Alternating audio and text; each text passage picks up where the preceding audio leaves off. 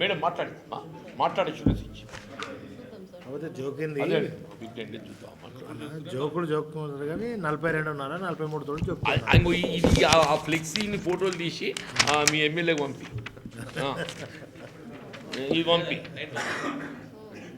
ఇది పంపి ఆడ ఇంత జోకిన ఇలా మాట్లాడితే ఏమనంటే ఆనాడేం చేసింది. అయినా ఇప్పుడైనా కూడా జీవన్ రెడ్డి గారు ప్రజల గురించి ప్రజలకు ఎక్కడైతే సమస్య ఉత్పన్నమవుతుందో ఆ ఉత్పన్నమైన సమస్యను పరిష్కార మార్గం దిశగా మరి అది ప్రతిపక్షంలో ఉన్నా కూడా అధికార పక్షంలో ఉన్నా కూడా మరి వారు ఆర్ఎన్బి మినిస్టర్గా ఉన్నప్పుడు కూడా మరి ధర్నా చేసినటువంటి రోడ్డుపైన కూర్చొని ప్రజలకు న్యాయం జరగాలి, రైతులకు న్యాయం జరగాలి అని చెప్పేసి మరి కూర్చొని న్యాయం చేసే విధంగా ప్రజల పక్షాన గొంతు విప్పినటువంటి నాయకుడు మరి జీవన్ రెడ్డి గారు. మరి ఆనాడేమో మీ మేడిపల్లి సత్తెనకు మల్యాలకు వచ్చి ప్రెస్ మీట్ పెట్టాలన్నా, మరి కొండగట్ట వచ్చి ప్రెస్ మీట్ పెట్టాలన్నా, పూడూరు వచ్చి ప్రెస్ మీట్ పెట్టాలన్నా కూడా అన్న ఆ సీటు కాపాడుకోవాలన్నా, ఎమ్మెల్యే సీటు ఇప్పియాలన్నా కనీసం మరి ఎవరు వచ్చి నీకు మాట్లాడాలని మాట్లాడితే ఎవరు పట్టించుకోకపోదు. ఇప్పుడంటే ఎమ్మెల్యేగా గుర్తిస్తుండ్రేమో కానీ అప్పుడు మాత్రం మళ్ళీ జీవన్ రెడ్డి గారే వెళ్ళి ప్రెస్ మీట్ పెట్టాలి. అక్కడ జీవన్ రెడ్డి గారు వెళ్ళి మాట్లాడితేనే అక్కడ మీ ఒక ఉనికి ఉంటుండే. ఇలా కాంగ్రెస్ గురించి ఇలా ఎట్లున్నదంటే కనీసం ప్రాథమిక విలువలు కూడా తెలివాయి. ఈ ఎమ్మెల్యే కావచ్చు, ఆ ఎమ్మెల్యే కావచ్చు. అధికారంలో ఉన్నటువంటి ప్రభుత్వాన్ని ప్రతిపక్షంలో ఉన్నటువంటి ఏ నాయకుడైనా కూడా విమర్శించే అటువంటి హక్కు విమర్శిస్తారనే ఒక ప్రాథమిక సూత్రం కూడా ఈ ఎమ్మెల్యేలకు తెలవకుండా పోయింది. వీళ్ళు ఎమ్మెల్యేలు అని చెప్పుకుంటారు. ఇలా నియోజకవర్గ ప్రజలు దురదృష్టవంతులు. మళ్ళీ వీళ్ళు వచ్చి మా కాంగ్రెస్ పార్టీ గొప్పతనం, రైతు పక్షపాతి, మరి జీవన్ రెడ్డి గారు అప్పుడు ఈ ప్రభుత్వాన్ని ఇట్లా అన్నారు అని అంటే వీళ్ళు ఎట్లున్నదంటే మేడిపల్లి సత్తెన్న మాట్లాడితే కానీ ఇక్కడ ఎమ్మెల్యే మాట్లాడితే మేము రైతుల గురించి కళ్ళాల పండు మేము తిరిగితే ఇవాళ అది కాదు, ఇదే మా రేవంత్ రెడ్డి గారు బాగా చేస్తున్నారంటే ఇలా రైతులకు తెలుసు ఎవరు బాగా చేస్తున్నారో ఎవరు ఏం చేస్తున్నారో అని చెప్పేసి. ఈ వ్యక్తిత్వం లేని ఎమ్మెల్యే దగ్గరికి వచ్చి మీరు ప్రెస్ మీట్లు పెట్టడం నిజంగా కూడా సిగ్గుచేటని చెప్పేసి తెలియజేస్తూ ఉన్నాం. ఇలా దొంగ అని అరిచినట్టుగా సత్యం యొక్క పరిస్థితి వీళ్ళ పరిస్థితి ఉంది. కేసీఆర్ గారి పాలనలో ఏం జరిగింది? మరి అంతకుముందు ఏముండే? ఇదే జగిత్యాల జిల్లా, ఇదే కొడిమేల మండలం, ఇదే మల్యాల మండలంలో ఆకలి చావులుండే, ఆత్మహత్యలుండే, తాగే నీళ్లు లేక, సాగు చేసుకోవడానికి నీరు లేక ఈ ప్రాంతం నుంచి వలసలు పోయి బతికిరు కదా. దుబాయ్, బొంబాయి, భీమండి, మస్కట్, సౌదీ దేశాలు పోయి బతికిరు కదా. ఇదే కాంగ్రెస్ పాలనలా ఈ రైతాంగానికి మీరు అండగా నిలవాల్సినటువంటి సమయం. మీరు నిలుస్తలేరు. బరాబర్ అన్న నాయకత్వంలో మేమందరం కూడా రైతన్నలకు అండగా ఉంటాం. బరాబర్ మీరు ధాన్యాన్ని ఎట్లా కొనుగోలు చేయరో చూస్తాం బిడ్డ. అంతేకాదు ఇలా మీ ప్లాన్ ఏంటంటే ఇట్లా తాత్తారని చెప్పి నెల రోజుల నుంచి కొంటలేరు కదా, ఇక కొనుగోలు చేసేది వీళ్ళు కొనరు, ఇక మనం ప్రైవేట్కి అమ్ముకుంటే వడ్డీకి పౌసరి అమ్ముకుంటే సావుకారికి అమ్ముకుంటే సరిపోతుందనే ఒక ధ్యాన్ని తీసుకొచ్చే ఒక ప్రయత్నం, దుర్మార్గమైనటువంటి ఒక దరిద్రమైనటువంటి ఆలోచన చేసి వాళ్ళ రైతులను వెన్నుపోటు పడిచి వాళ్ళ రైతులను ఇబ్బంది పెడుతున్నారు, అదిగోస పెడుతున్నారు. ఎద్దు ఏడ్చిన ఎవసం, రైతన్న ఏడ్చిన రాజ్యం ఏనాడు కూడా బాగుపడదు. మీరు కూడా గిల్ల కలిసిపోతారు. బరాబర్ చెప్తున్నా ఇవాళ నేను. మీరు గుర్తుపెట్టుకుని రైతన్నను గొడగొడ ఏర్పిస్తున్నారు. ఇవాళ రైతన్నను రోడ్డు మీద ఎక్కే పరిస్థితి ఇవాళ కాంగ్రెస్ ప్రభుత్వం తీసుకొచ్చింది. ఇప్పటికైనా కళ్ళు తెరవండి, ఇప్పటికైనా ధాన్యాన్ని కొనుగోలు చేయండి అని చెప్పి బీఆర్ఎస్ పార్టీ పక్షాన నేను డిమాండ్ చేస్తున్నాను. Thank you. పూడూరు కేంద్రంగా జాతీయ రహదారిపై మిత్రుడు రవిశంకర్ గారి ఆధ్వర్యంలో ఒక విధంగా రాజకీయాలకు అతీతంగా రైతాంగం ఏదైతుందో కడుపు గాలి తాము పండించిన ధాన్యానికి ఏదైతుందో మద్దతు ధర పొందలేకపోవటమే కాదు, కనీసం కొనుగోలు కూడా చేయలేకపోవడంతో రోడ్డు ఎక్కడం జరిగింది. అందరూ కూడా గమనించమని చెప్పండి. సరే, వాస్తవం గ్రహించి అధికార యంత్రాంగం స్పందించి ధాన్యం సేకరణకు ఏ విధంగా చర్యలు చేపట్టాలి అనేటువంటి ఆలోచన చేయవలసింది పోయి కేవలం రాజకీయంగా విమర్శ చేస్తే సమస్య పరిష్కారం అవుతుందని చెప్పని భావిస్తే పరిష్కారం కాదు. మీరు జగిత్యాల ఎమ్మెల్యే సంజయ్ గారు కానీ, చొప్పదండి ఎమ్మెల్యే సత్యం గారు కానీ నేను ధర్నా మేము సంఘీభావం తెలపడం మీరు జీర్ణించుకోలేకుంటే మమ్మల్ని విమర్శ చేస్తే విమర్శ చేయండి. కానీ ఒకటి మాత్రం ఏదైతుందో ప్రభుత్వం అధికార యంత్రాంగంలో చలనం వచ్చింది, సంతోషం అని చెప్పండి.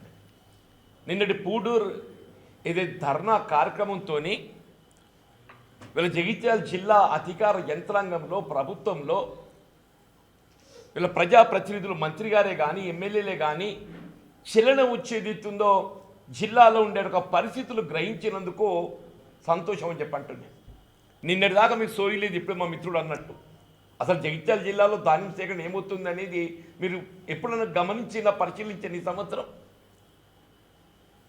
ఇదే గత సంవత్సరం ఏదైతున్నదో ఇవాళ దినానికి ఆనాడు 4 లక్షల మెట్రిక్ టన్స్ ఏదైతే ప్రొక్యూర్మెంటే లక్ష్యం ఉంటే 1,40,000 మెట్రిక్ టన్సే ప్రొక్యూర్ చేశారు 1.40. ఇవాళ కేవలం 20,000 అని చెప్పండి, కేవలం 20,000 అని చెప్పంటారు. అంటే మీకు ఎక్కడ 1,40,000 ఎక్కడ 20,000. 1,40,000 అంటే almost 30%. As on this day last year the same government procured. ఈసారి 20,000 అంటే 4 లక్షల మెట్రిక్ టన్నుల లక్ష్యం లోపల ఏదైతున్నదో మీరు ఇంతవరకు ప్రొక్యూర్ చేసింది కేవలం 20,000 క్వింటల్ అని అంటే ఇట్స్ ఓన్లీ 5%. ఇంకా ఇంతకంటే వైఫల్యం నీకేం కావాలని చెప్పంటున్నాను, ఇంతకంటే వైఫల్యం నీకేం కావాలని చెప్పంటున్నాను.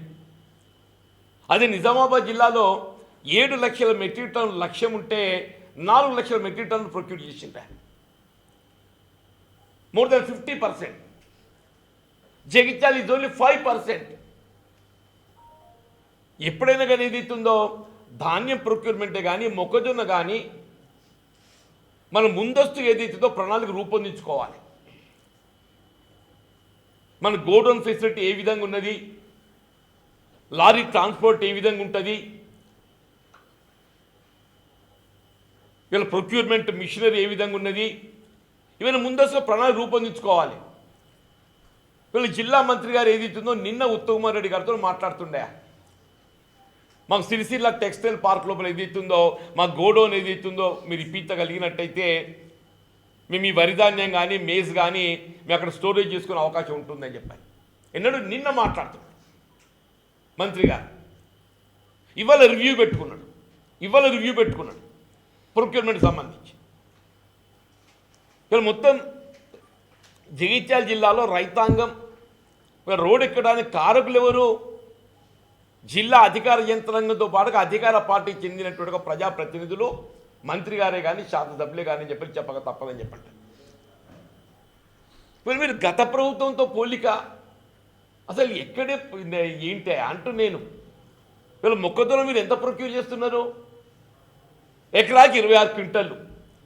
గతంలో బీఆర్ఎస్ ప్రభుత్వ హయాంలో ఏదైతుందో మీకు ఏ విధమైన ఆంక్షలు లేకుండా మీకు రైతు ఎంత పండిస్తే అంత ఏదైతుందో ఇదే మార్కెట్ ద్వారా ప్రొక్యూర్మెంట్ చేయించేది కదా ప్రభుత్వం.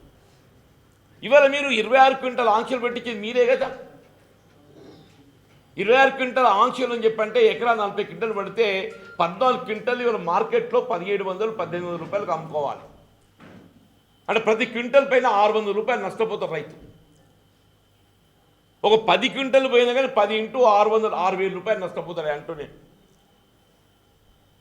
మీరు ఏదైతే ఎకరా 6,000 రూపాయలు రైతు భరోసా ఇస్తామన్నారు, అదైతే కాన రావటం లేదు. ఎకరానికో 2 ఎకరాలకో పరిమితి ఇచ్చింది. అది కూడా ఇక్కడ మొక్కజొన్న ఏదైతే ఉందో ఇక్కడ మీ ప్రొక్యూర్మెంటే ఇవాళ మొత్తం దాదాపు ఇట్స్ ఆల్మోస్ట్ 2 వీక్స్.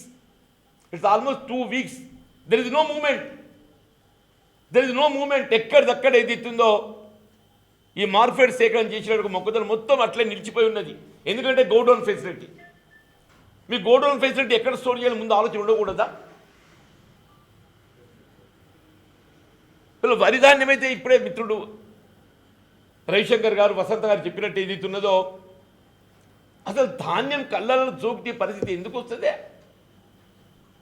ధాన్యం కళ్ళలో జోక్తి పరిస్థితి ఎందుకు వస్తుందని చెప్పంటున్నాను నేను. మీరు గత ప్రభుత్వంతో పోలిక ఏంటి? నేను మొక్కజొన్న చెప్పిన వరిధాన్యం చెప్పిన నేను. వీళ్ళు రైతు బంధు గతంలో కేసీఆర్ గారు ఏదైతున్నదో 10,000 రూపాయలు ఇచ్చిండే ఎకరాన అన్న నేను కూడా పార్ట్ వరంగల్ డిక్లరేషన్లో నేను కూడా భాగస్వామిని అంటున్నాను. రేవంత్ రెడ్డి గారు చెప్తే ఎవరు నమ్ముతాడో నమ్మడో అని చెప్పని మేమే ఆలోచన చేసి రాహుల్ గాంధీ గారిని పట్టుకొచ్చి గాంధీ కుటుంబం కదా రాహుల్ గాంధీ గారు చెప్తే జనం విశ్వసిస్తారో అని చెప్పిన భావనతోని వరంగల్ ఏది ఇస్తుందో రాహుల్ గాంధీ గారితో డిక్లరేషన్ చేయించడమే. ఎకరానికి 15,000 రూపాయలు ఇప్పిస్తామని చెప్పాను. ఇవాళ 3 పంటలు కొట్టిండు. కనబడాలంటే వేడు గివ్ సమ్ టైం చూస్తాము, 4 రోజులు, ఈ వారం రోజులు గమనిస్తామని చెప్పి అంటున్నా. ఈ సమీక్షల ఫలితం ఏదైతుందో కనబడటానికి ఓ వారం రోజులు గమనిస్తాం. ఈ till Sunday we will observe. నీ మొక్కజొన్న తూకం వేసింది మొత్తం కదిలియండి. మొక్కజొన్న తూకం వేసింది ఎక్కడ లక్ష్మీపూర్ సర్పంచ్ ఉన్నాడా, ఇంకా కొన్నాడా, మాయం వెళ్ళి పెడతాడు. మా ట్రాన్స్పోర్ట్ సంగతి ఏంటని చెప్పాను. 10 రోజులు అయింది సార్, మక్కలు జోకి 10 రోజులు అవుతుంది. ఇంకా చెప్పదాన్ని కూడా మొత్తం జోకుతలేదు, అట్లే ఉంది జోకి సార్. బీట్లలో పోసేయాలి. బీట్ల ఊసు కాదన్నా, షోకి 10 రోజులు అవుతుంది అంటున్నా నేను. మొత్తం మొక్కజొన్న సెంటర్స్ అన్ని తూకం వేసి గన్ని బ్యాగ్ల సీల్ చేసి 2 వీక్స్. ఎందుకు వాటి స్టోరేజ్ లేక వీళ్ళకి ఇది కూడా చెప్తున్నానే. సారీ మా పాత్రికేయ సోదరులు, ఇప్పుడు నేను గతంలో మేము అబ్జర్వ్ చేసినాం. దీనికి ఏదైతున్నదో ఈ నీకు స్టోరేజ్ ఫిక్స్డ్ లేకున్నట్టయితే అది ఎత్తరు కానీ ఇట్లా నిలబెట్టి ట్రక్ షీట్లు కప్పి కాదే దాన్ని ఏమంటారు, వేస్తారు దాన్ని, పేరు అంటారు దాన్ని. ఎక్కడ దాకా netting sorry, you can make a note of it. నేను గౌరవ జిల్లా కలెక్టర్ గారికి ఏదైతున్నదో నేను సూచన చేస్తున్నా. మీ గోడౌన్ ఫెసిలిటీ అందుబాటులో లేదు అని భావిస్తే ఎక్కడ దగ్గర నెట్టింగ్ వేయవచ్చు. ఎక్కడ నెట్టింగ్ వేస్తే ఏదైతున్నదో తర్వాత సీజన్ అయిపోయాక వర్షాకాలం అయినాక నీకు అసలు ఆక్షన్ చేసేటప్పుడు కూడా చేయవచ్చు.